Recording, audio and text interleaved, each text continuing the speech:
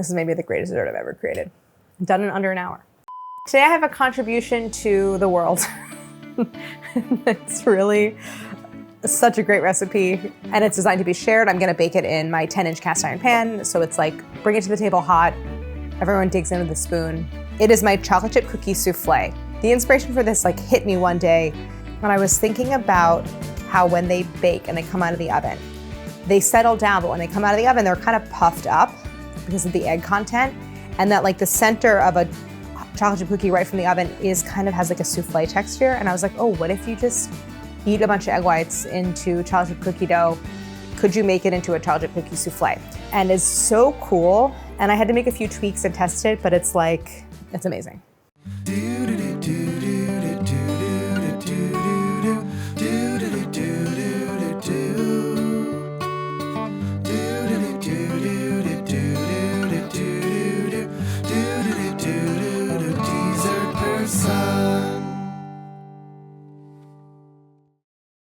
My chocolate chip cookie recipe and dessert person is one of my favorite recipes I've ever done. And it is one of the few that I grab my cookbook and I follow the recipe out of it every time, because I truly wouldn't change a thing. And so I made it recently. I love having just like the balls of frozen cookie dough in the freezer. That's such a great hack. But then I was making it, I was like, what would happen to this? Because it's a very like loose batter. And I was like, this is loose enough that I could fold some egg white into it. Like, what would happen? So, and it works. So I'm using a modified base from my recipe. I cut back the flour. I made a couple little tweaks.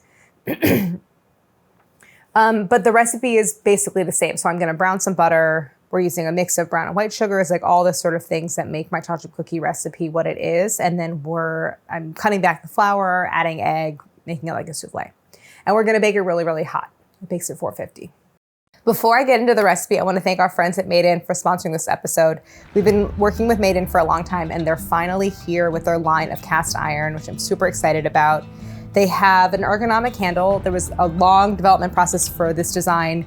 It's lighter weight. The sides are slightly thinner than in your typical cast iron, but a thick bottom. So it has all of the heat retention properties and high heat capabilities of cast iron, but easier to use, designed with chefs in mind, and made in the US. So typical cast iron goes through a certain number of processes to manufacture. This has double the number. And part of it is creating this smooth lathe surface, which holds seasoning, develops a nonstick property even faster. I'm really excited to use the whole line. I'm gonna use it in my baking and my outdoor oven because it can stand that high heat. And I'm especially excited to get back into sourdough because I just rehabbed my starter. So I'm gonna be using the Dutch oven for that. So thank you to our friends at Made In. If you wanna learn more about the line of cast iron, you can go to the link in the description below, and let's get back into the recipe. If you've made my chocolate chip cookies, everything that I call for plus more eggs. So I have some flour, white and dark brown sugars. I'm gonna add a little cream of tartar to my egg whites, baking soda, salt, my vanilla extract, heavy cream. You could use milk, you could even use water. This is all dark chocolate. I'm going all dark for this recipe. In my original cookie recipe, it's half milk, half dark. You could use whatever you like. A stick of butter. I have 5 whole eggs. So for special equipment, you're going to need a 10-inch cast iron skillet. I'm using my Made In cast iron. We're gonna start by browning the butter in here, so we're gonna use it twice.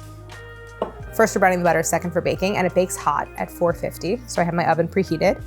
You'll need then a couple of bowls for putting together the batter, separate bowl for beating the egg whites. For that, I'm gonna use my hand mixer, but that's pretty much it.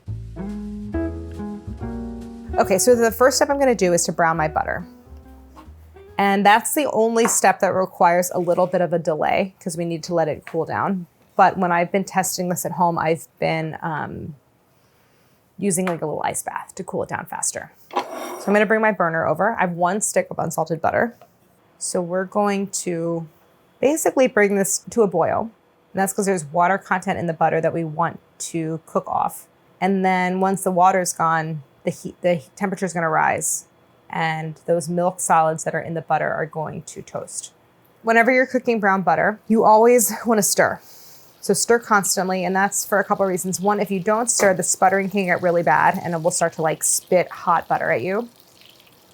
And 2, you don't want the milk solids to stick. You wanna keep them moving so that they're free floating in the butter and they're not just gonna like stay stuck to the bottom of the pan. So it depends on how much butter, it depends on your heat, depends on the size of the cookware you're using. But for a single stick of butter in a pan this size, it tends to brown pretty quickly.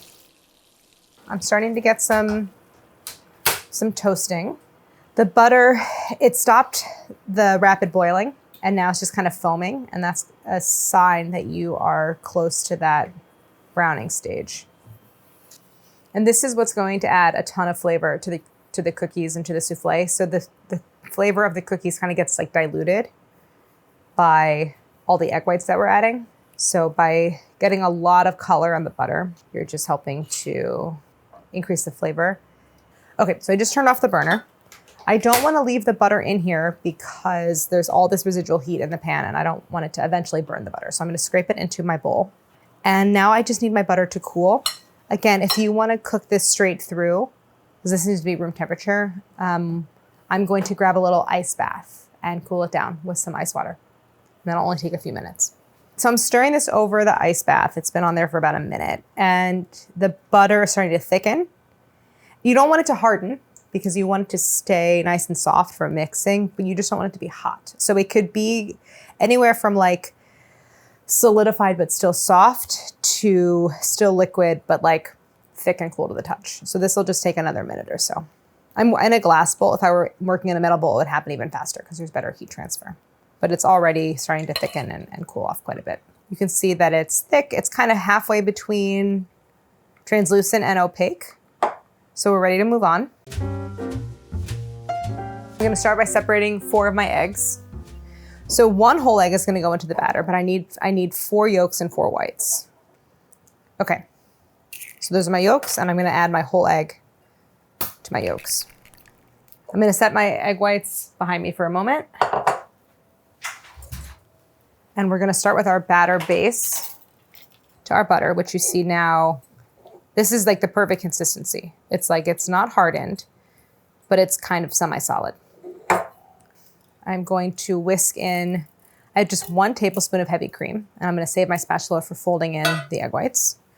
So the cream is there to replace some of the water that we actually cooked off during browning the butter, and that's because you need a little bit of water in baking chocolate chip cookies. And we're adding a lot of water in the form of egg whites, because egg whites are mostly water, but it comes later in the recipe because we're doing it as a souffle. So a little bit of water at this stage is helpful. It reacts to the flour. To this, I'm going to add my dark brown sugar. We're gonna whisk this really, really well. One thing I forgot to do with the whisk before I started mixing this is mix my dry ingredients together.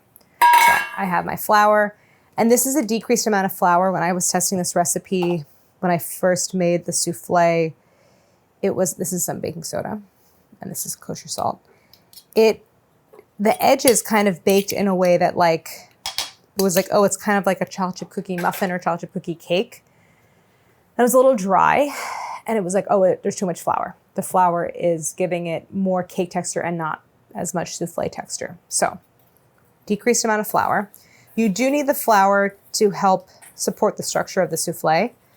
And unlike a lot of other kinds of, like a traditional souffle, a real souffle, it's not cooked first. It's not like cooked into a pastry cream or like a bechamel, but it works. Okay, so now I'm going to add my 4 yolks plus 1 whole egg.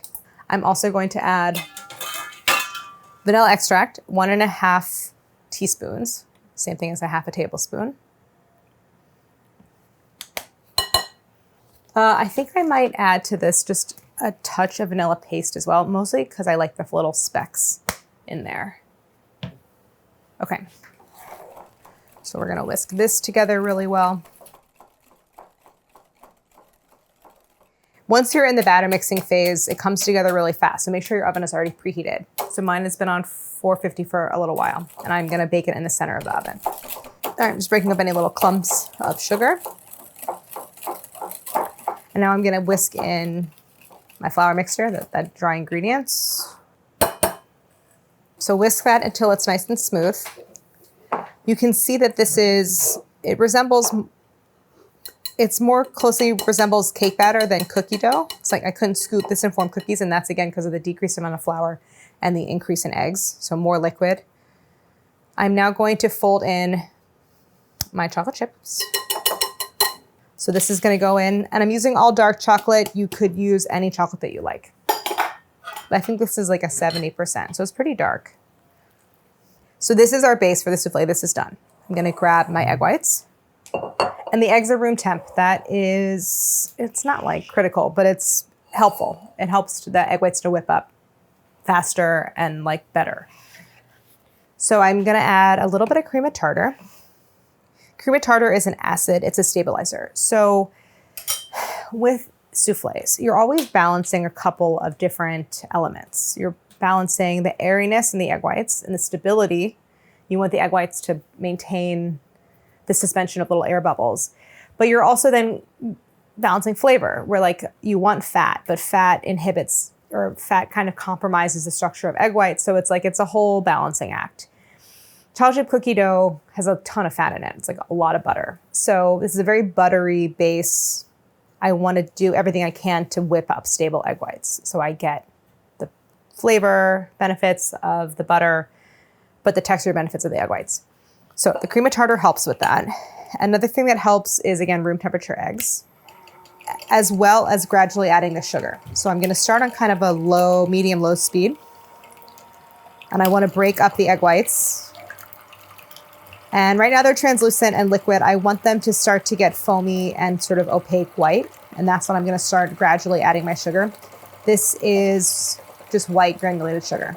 And that's gonna work best to whip up. This helps to also stabilize the egg whites.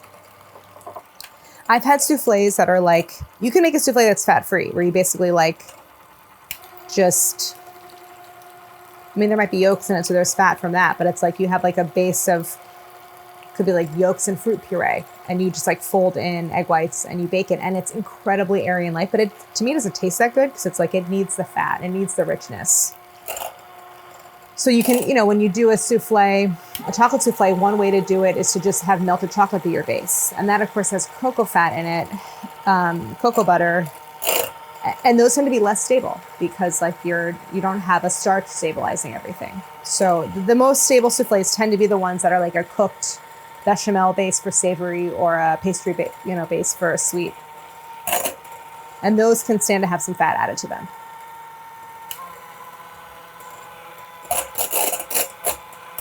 All right, oh, I forgot. Okay, I'm gonna start to add my sugar. I'm just kind of sprinkling it in very gradually. I'm gonna increase my speed as well. Okay, so you can see that the sugar has made this really fine textured foam. We're gonna just keep whipping this until it's nice and firm. Okay, so the egg whites are starting to hold the marks of the whisk. Okay, let's see. All right, nice firm peak. See how it creates this little point that sticks straight up? So the egg whites are done. And now the final step is just folding the egg whites into my cookie base. Whenever you're folding something together, folding is a mixing technique that's very gentle, and it is used when you want to maintain airiness. So this base is thick. The egg whites are really light. So we're gonna do about between 1/4 and 1/3 of the egg whites. And this is kind of like a sacrificial addition that we stir in really quickly to help lighten the base so that the rest of it folds in more easily. So the air kind of gets deflated from that first addition, but it's just in service of making the rest of it easier to mix. All right, so I'm gonna add about half of what's remaining. And I'm gonna fold this in. Now folding is a technique where we're not stirring, we're basically lifting and turning. So now that it's mostly incorporated and I still have some streaks, I'm gonna add the rest of my egg whites. So I have my last addition of egg whites that I'm folding through, and it's better to err on the side of less mixing rather than more. So I wanna go until it's, I would say, almost streak-free. A couple little streaks in there are fine. You just don't wanna mix too much. So we're gonna get this now into our 10-inch skillet and directly into the oven. Basically, as soon as those egg whites go in, the fat in the base is gonna start to deflate the egg white. So in order to have the lightest souffle possible, we wanna get it into the oven right away. So the idea is that it bakes super hot, and the direct heat from the oven, that blast of heat, causes the air bubbles to expand. At the same time, the flour in the cookie dough is setting and gelatinizing, and it's going to puff into this kind of hybrid, chocolate chip cookie hybrid souffle. Okay, so I'm just gonna smooth this. Now at 450, it's gonna bake pretty fast. So it bakes for about 20 minutes. The last time I tested this, I baked it for 22, and I felt like it could go maybe 1 minute less. So I'm gonna keep a close eye on it. I'll show you how to tell. We're gonna use a cake tester in the center, but basically what you get is like a medium rare center, set edges, and then these great textural contrast in between, where like the very center is like classic souffle and the edge is like more kind of chocolate chip cookie, basically. Let's pull it up. I'm confident it's done. Yeah, this looks good. So you can see that the top is puffed. When I move the handle, you can see how the center ever so slightly jiggles. That's perfect. So with any hot skillet coming out of the oven, I always put a towel over the handle because it's so automatic to just grab it. So it's super hot. This souffle, because of the flour content, what happens is as the eggs expand and the souffle grows, the flour in there also starts to set. So it is more stable than your average, like a traditional souffle that would start to fall immediately. So that's kind of nice. I have some vanilla ice cream, so I'm gonna grab a scoop, but I also wanna show you what the center looks like and then compare it to the edge. And you can see it's like rare batter, which is delicious. And then scooping from the edge, this is sort of like that classic souffle texture, and then you get something more cakey at the edge. So I'll show you from this area, something a little bit more set. That, oh my God, I'm gonna taste it. It's super hot.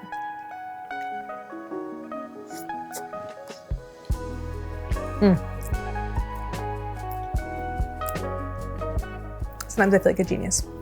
It is that center of the chocolate chip cookie right out of the oven that's like puffed, and then it settles down. Really, really good. Made better by a little bit of vanilla ice cream. And then it sinks down. Another one? All right. So I would bring this to the table. You can serve it with bowls. This would serve 8 comfortably. All right, I'm taking another bite with the ice cream. This is maybe the greatest dessert I've ever created. Done in under an hour, start to finish, including browning the butter. I want to thank our friends at Made In for sponsoring this episode. You can go to the link in the description below and check out the whole line of cast iron plus all their other cookware. I hope you take a look. Thank you so much for watching, and don't forget to like and subscribe.